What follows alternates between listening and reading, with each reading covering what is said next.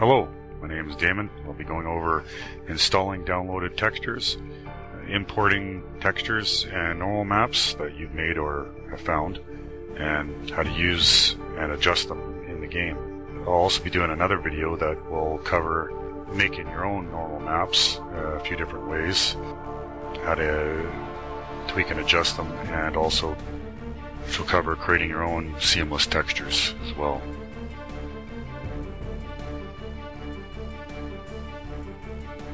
Now your download should look like this, VC mat file with a strange number on it. There is a chance you might find them zipped, but that's just probably because they've compacted several of them together. Now, cut and paste them into My Documents, Planet Explorers, Voxel Creation, Materials, and here's the rest of the files. You shouldn't overwrite any unless you download the exact same texture. Now they're ready to be used in game. Now if you're going to upload them, there'll be a UID number in the material list that I'll show you. That'll be related to these numbers here on the files. Now if you're going to be importing textures and normal maps to create your own material, just open up any photo editing or photo converting program, as long as it allows you to adjust and change the size. Now open or drag and drop the file in if it allows it, preferably seamless and square. Some programs might be a little bit different where they're located, but come up to Images, Image Size, change this to 128, as that's the max size that the game allows you to import and use. Then go to Files, Save As, PNG. Now I won't be using this texture, I'll be using something else for the duration of this video. Now we'll be creating a simple new texture, 128. We'll save this as PNG. I'm going to call this Hex, as I got another one which we'll be using in game.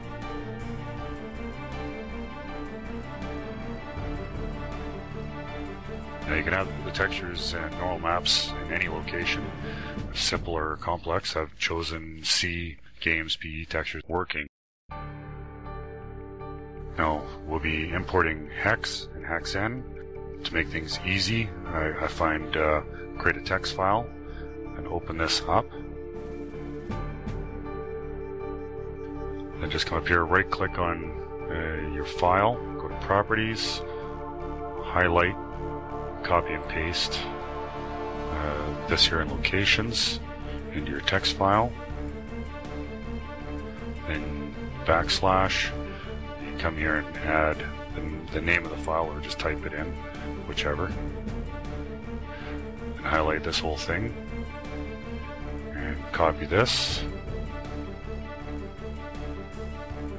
Now you don't need to keep this file open, and the only reason why I got so many textures in here is just so I can see what I've already imported. Once you've imported them into the game, you can delete the rest of these files, are no longer needed. Now we can jump into game. Okay, now that we're in game,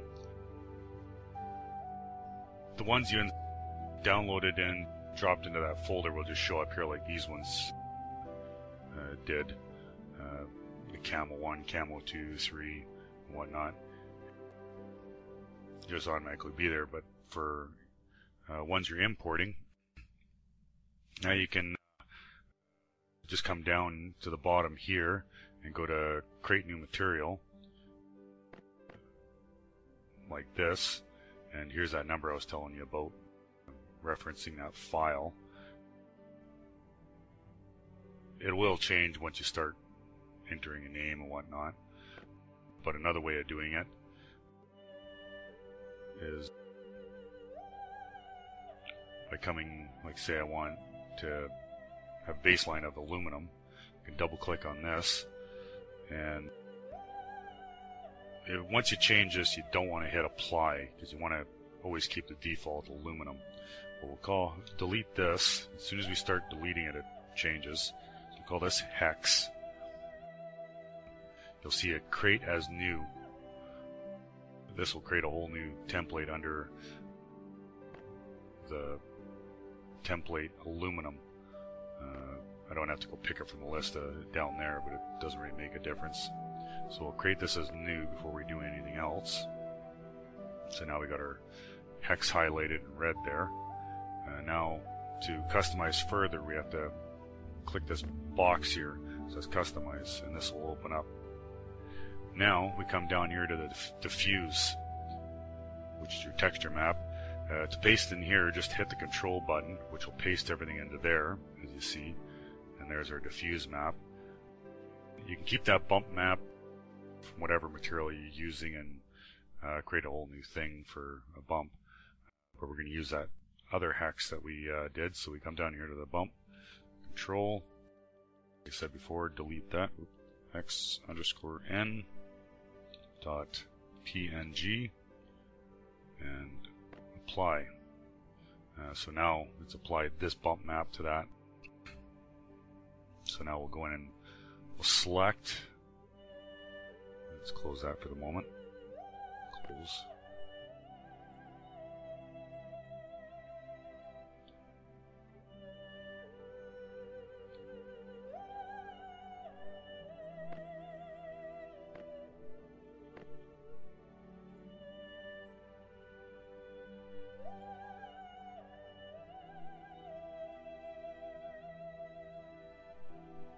Okay, so we got it selected. Fill the material. And there's our material. Now we can do a few other adjustments. Open that back up. Now we got the bump strength, which is just, I usually just crank it up. Just brings the detail out more, as you'll be able to see. See, it pops it out a lot more. But since these are geometrical shapes, you can see a number of discrepancies and overlaps. It just looks weird. That changes a bit as we do some tiling, because in the bottom of this list you'll see tiling. 1 is the standard.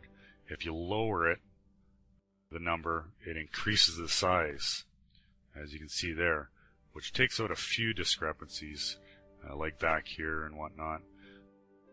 No matter what, you're going to have some discrepancies in these geometric shapes and blend, as you can see along here. Because of the curvature, light doesn't hit these geometrical shapes that well, and it stands out. But that's why I decided to do this one. I created, and that's when I really noticed the problems. But if you go the opposite way, 2.25, see a lot of the discrepancy gets blended out. You don't notice it as much, but it decreases the size of the thing. You can go all the way up to 4.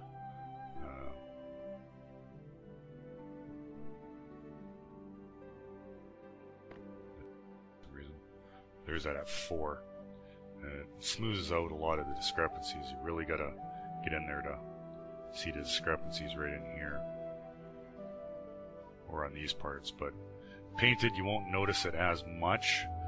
That color you do, but black, you won't really notice it unless you're really hunting for it. Tone this down a little bit. Actually looked better when it was higher up. Let's keep it there.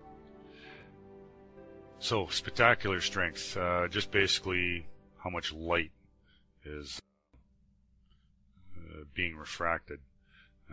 You can see it just all the way across. You don't really see a lot of shimmer and detail in it. It's not as well. And of course, the higher you go, the brighter it's going to be. Now let's keep that at 200. Now the spectacular power. The higher it is, the dimmer it gets, as you can see here, but it gets more of a sheen, making it more glossy looking. And you can notice a few discrepancies down here with the shadowing because of slight difference in angle. If you tone it down, it still has a shimmer, but it's not quite as shiny. You notice more shine on these ones because it's a lot more flat areas. If you tone the two down, the spectacular strength and the spectacular power, then it gives more of a matte finish. So you can play around with that. You can increase that, get less light refracting. Now the spectacular color, change that up so you get a bit more brightness so you can really see. Now the spectacular color, you're just changing what is refracting. See, there's a green instead of a white, and of course the black one here is the shadow. 9 times out of 10 you'll leave it like that, but that's pretty much the basics. And every time you want to adjust the tiling size, you might have to create like a hex 2, hex 3, because it'll change it on other models if you're constantly pulling them out. It will, like on over here on the bottom, you'll see new material 1 next to create new material. There's a little plus sign here. What that is this model before had a slight change to it. Like I got the exact same thing right up here, Daimond new. This one's slightly different, and it was attached to the model itself. So when you send out a model, you don't have to send the texture file that you created it with. It's built into the model, and they will see this. So if they hit the plus sign down here, it'll add that texture to their portfolio to use on something else. So that's another way to transfer textures around.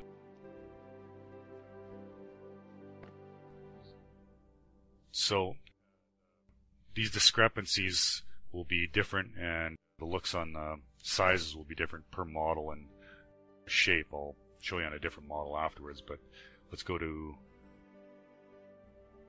what I was talking about earlier, why I turned some 90 degrees. This one, re-highlight. Oops.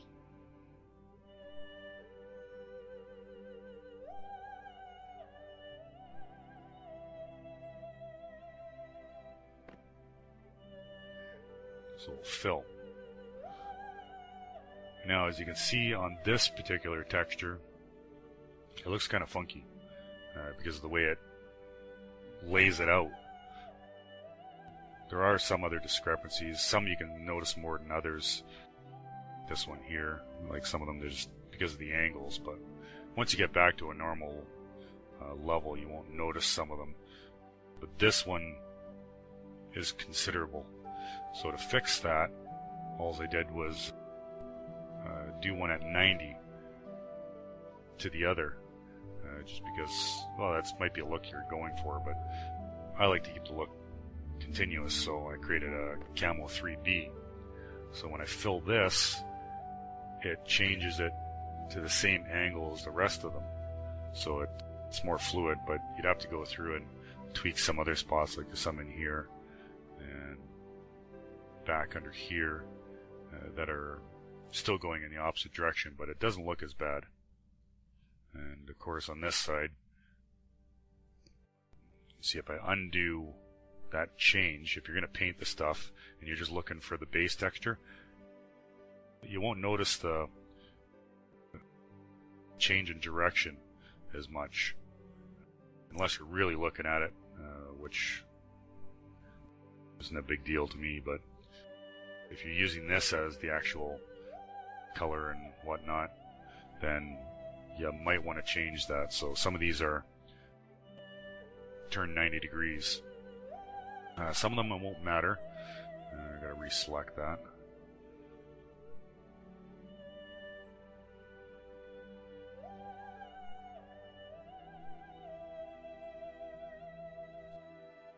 some because it's going in opposite directions normally, not in a general pattern that I would notice. Like this one you might not notice as much if you increase the size of it. Then it might take that out, but then there's other discrepancies that pop up on that as you've seen before.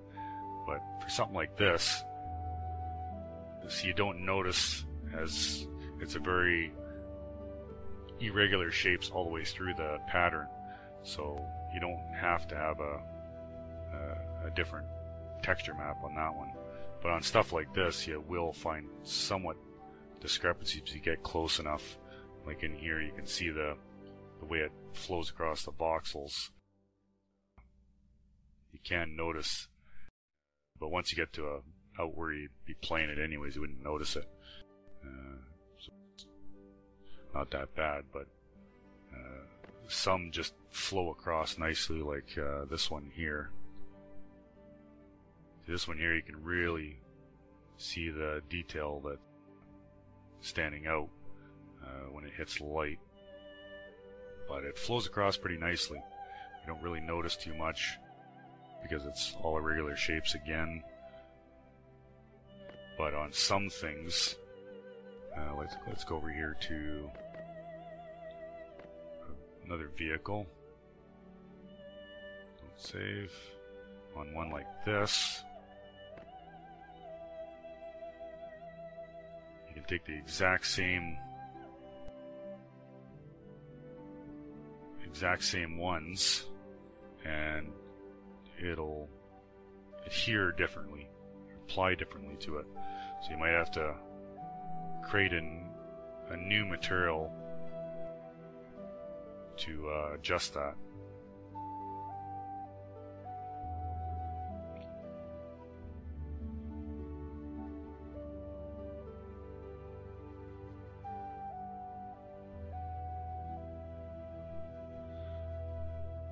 So for some of these,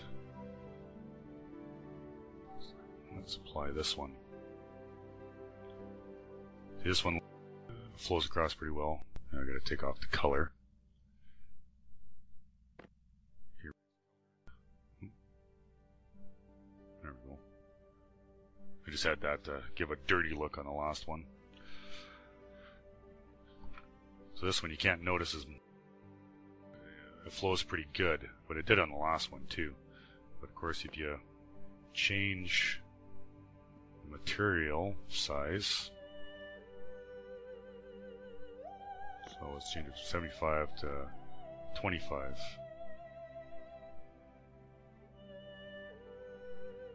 Looks kind of horrid. And then of course this is where you start seeing discrepancies and whatnot, because it's too much. Even at this distance, it'll catch your eye.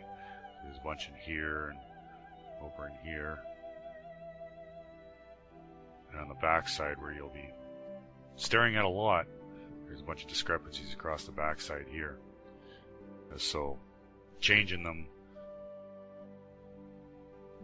the size will adjust the difference, and you won't notice it as much. And of course, changing these sizes gives it a completely different look altogether. So if you paint over it, it'll give you a completely different texture for the same bump map. Let's put that back.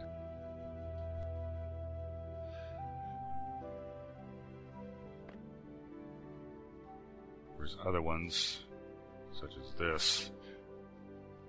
It's got a, when you get on something this scale, then you notice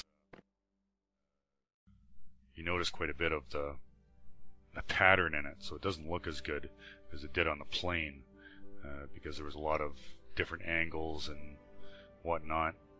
And this one applies at a smaller rate, even though it's the same size of the vehicle. It's because the voxels are different size on the two, so the same pattern won't apply at the same depth. So like this one, we'd probably want to increase the size on that, but in this instance, as you can see, again, this one you can really notice because of the the exact same pattern is really prominent on some areas. Others, it's not a big deal. You can see it a bit in here, across the back here, and on this side here. Looks a bit annoying.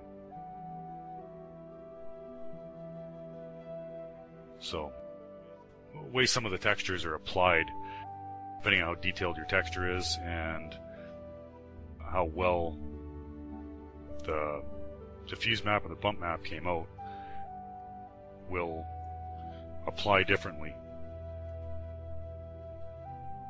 And of course the bump strength as well will change the look of it too. Like here's a 75 again.